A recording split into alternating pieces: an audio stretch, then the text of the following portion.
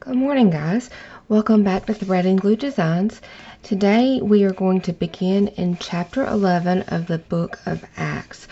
If the lighting is a little off, please forgive me. I have ordered a ring light, so just waiting on it to arrive to give us some more good lighting for visual. So we're going to start here in chapter 11. Now the apostles and the brothers who were throughout Judea heard that the Gentiles too had accepted the word of God. So when Peter went up to Jerusalem, the circumcised believers took issue with him, saying, "You went to uncircumcised men and shared a meal with them." But Peter began and explained it to them point by point, saying, "I was in the city of Joppa praying, and in a trance I saw a vision, an object something like a large sheet descending, being let down from heaven by its four corners. And it came to me.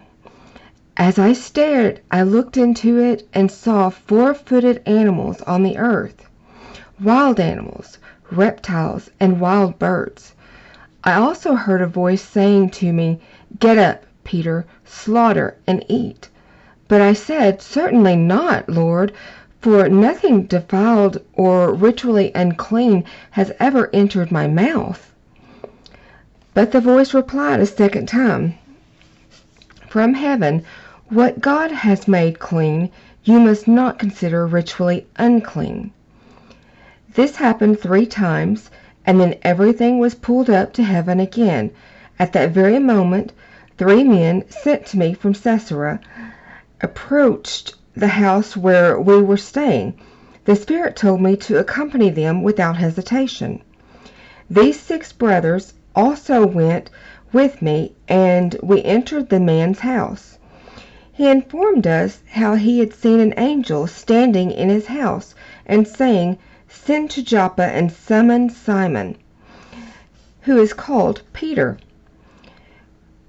who will speak a message to you by which you and your entire household will be saved.'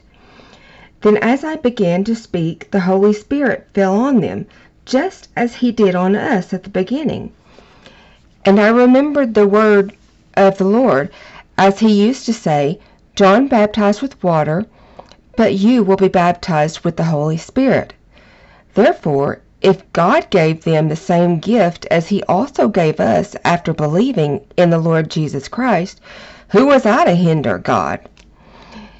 When they heard this, they ceased their objections and praised God, saying, "So then God has granted the repentance that leads to life even to the Gentiles." Now those who had been scattered because of the persecution that took place over Stephen went as far as Phoenicia, Cyprus, and Antioch, speaking the message to no one but Jews. But there were some men from Cyprus and Cyrene among them who came to Antioch and began to speak to the Greeks too, proclaiming the good news of the Lord Jesus. The hand of the Lord was with them, and a great number who believed turned to the Lord. A report about them came to the attention of the church in Jerusalem, and they sent Barnabas to Antioch. When he came and saw the grace of God, he rejoiced and encouraged them all to remain true to the Lord with devoted hearts, because he was a good man full of the Holy Spirit and of faith, and a significant number of people were brought to the Lord. Then Barnabas departed for Tarsus to look for Paul, and when he found him, he brought him to Antioch. So for a whole year Barnabas and Saul met with the church and taught a significant number of people. Now it was in Antioch that the disciples were first called Christians. The word Christian, side note, means to be Christ-like. At that time some prophets came down from Jerusalem to Antioch. One of them, named Agabus, got up and predicted by the Spirit that a severe famine was about to come over the whole inhabited world. This took place during the reign of Claudius. So the disciples Each, in accordance with his financial ability, decided to send relief to the brothers living in Judea. They did so, sending their financial aid to the elders by Barnabas and Saul. Chapter 12. About that time, King Herod laid hands on some from the church to harm them. He had James, the brother of John, executed with a sword. When he saw that this pleased the Jews, he proceeded to arrest Peter too. This took place during the Feast of Unleavened Bread. When he had seized him, he put him in prison, handing him over to 4 squads of soldiers to guard him. Herod planned to bring him out for public trial after the Passover.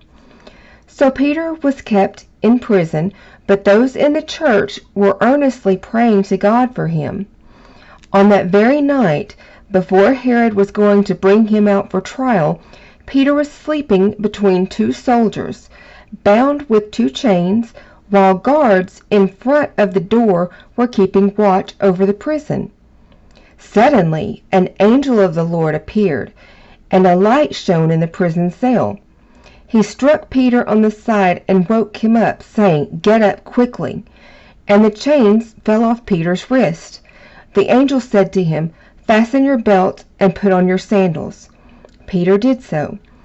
Then the angel said to him, "Put on your cloak and follow me." Peter went out and followed him. He did not realize that what was happening through the angel was real, but thought he was seeing a vision. After they had passed the first and second guards, they came to the iron gate leading into the city. It opened for them by itself, and they went outside and walked down one narrow street, when at once the angel left him. When Peter came to himself, he said, "Now I know for certain that the Lord has sent his angel and rescued me from the hands of Herod and from everything the Jewish people were expecting to happen."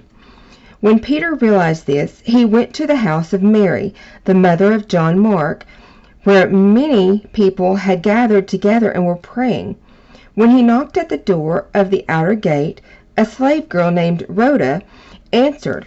When she recognized Peter's voice, she was so overjoyed she did not open the gate but ran back in and told them that Peter was standing at the gate. But they said to her, "You've lost your mind." But she kept insisting that it was Peter, and they kept saying, "It is his angel." Now Peter continued knocking, and when they opened the door and saw him, they were greatly astonished. He motioned to them with his hand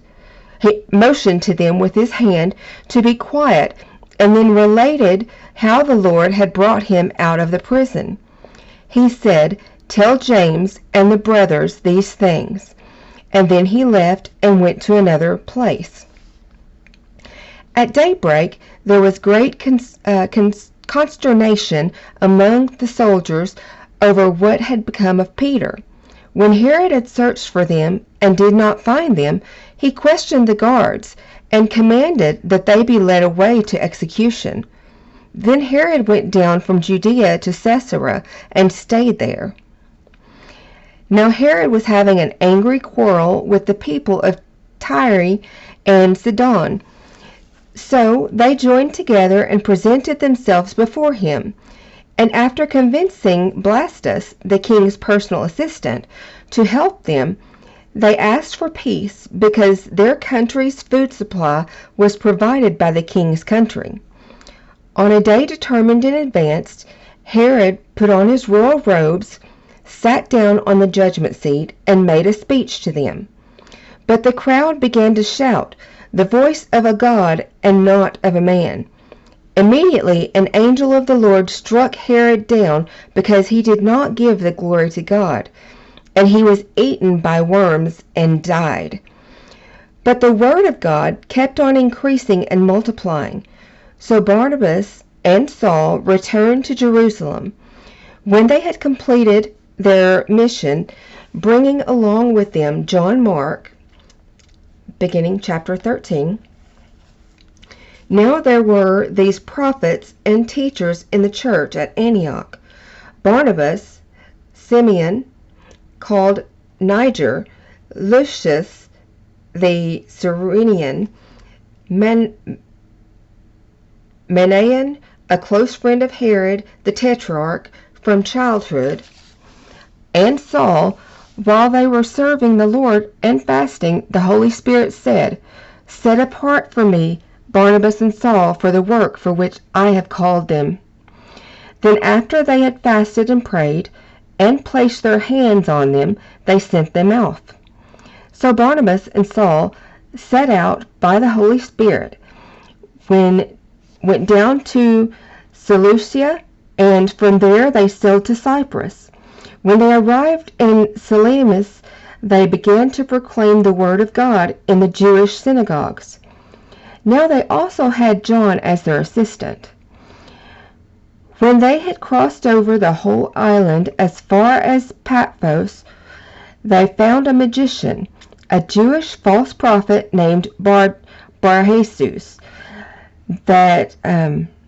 who was with the proconsul Sergius Paulus, an intelligent man. The proconsul summoned Barnabas and Saul and wanted to hear the word of God.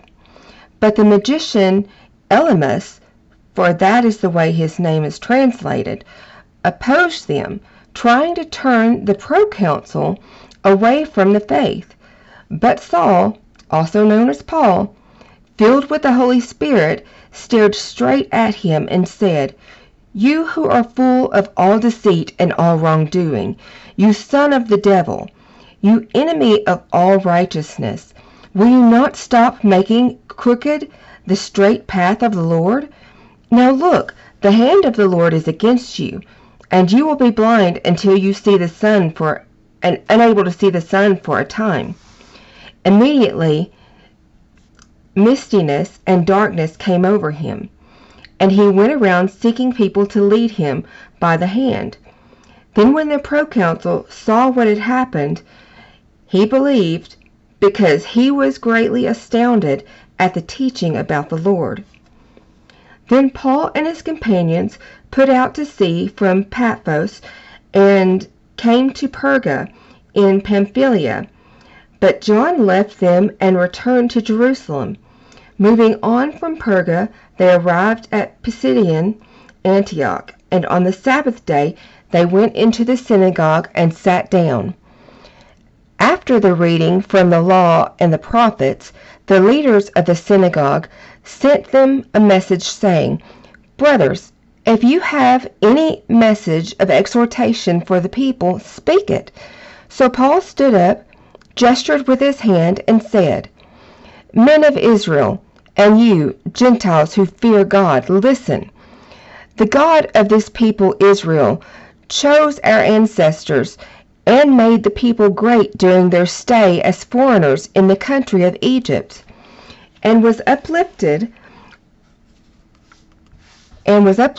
arm, he led them out of it for a period of about 40 years. He put up with them in the wilderness after he had destroyed 7 nations in the land of Canaan. He gave his people their land as an inheritance. All this took about 450 years. After this, he gave them judges until the time of Samuel the prophet. Then they asked for a king, and God gave them Saul, son of Kish, a man from the tribe of Benjamin, who ruled 40 years. After removing him, God raised up David, their king. He testified about him, "I have found David, the son of Jesse, to be a man after my heart, who will accomplish everything I want him to do." From the descendants of this man, God brought to Israel a Savior, Jesus, just as he promised. Before Jesus arrived, John had proclaimed a baptism for the repentance to all the people of Israel. But while John was completing his mission, he said repeatedly, "What do you think I am? I am not he. But look, one is coming after me. I am not worthy to untie the sandals on his feet." Brothers, descendants of Abraham's family, and those Gentiles among you who fear God, the message of this salvation has been sent to us. For the people who live in Jerusalem and their rulers did not recognize him, and they fulfilled the saying of the prophets that are read every Sabbath by condemning him. Though they found no basis for a death sentence, they asked Pilate to have him executed. When they had accomplished everything that was written about him, they took him down from the cross and placed him in a tomb. But God raised him from the dead, and for many days he appeared to those who had accompanied him from Galilee to Jerusalem. These are now his witnesses to the people, and we proclaim to you the good news about the promise to our ancestors, that this promise God has fulfilled to us, their children, by raising Jesus, as also it is written in the 2nd Psalm, "You are my son, today I have fathered you." But regarding the fact that he has raised Jesus from the dead, never again to be in a state of decay, God has spoken in this way: "I will give you the holy and trustworthy promises made to David." Therefore, he also says in another psalm, "You will not permit your Holy One to experience decay." For David, after he had served God's purpose in his own generation, died, was buried with his ancestors, and experienced decay. But the one whom God raised up did not experience decay. Therefore, let it be known to you, brothers, that through this one forgiveness of sins is proclaimed to you.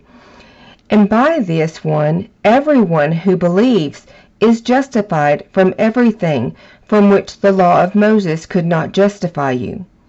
Watch out then that what is spoken about by the prophets does not happen to you.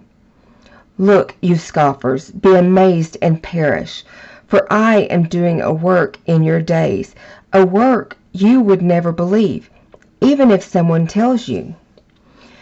As Paul and Barnabas were going out, the people were urging them to speak about these things on the next Sabbath. When the meeting of the synagogue had broken up, many of the Jews and God-fearing proselytes followed Paul.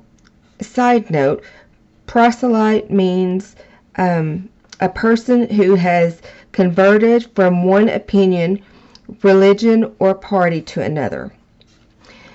Followed Paul and Barnabas, who were speaking with them and were persuading them to continue in the grace of God. On the next Sabbath, almost the whole city assembled together to hear the word of the Lord.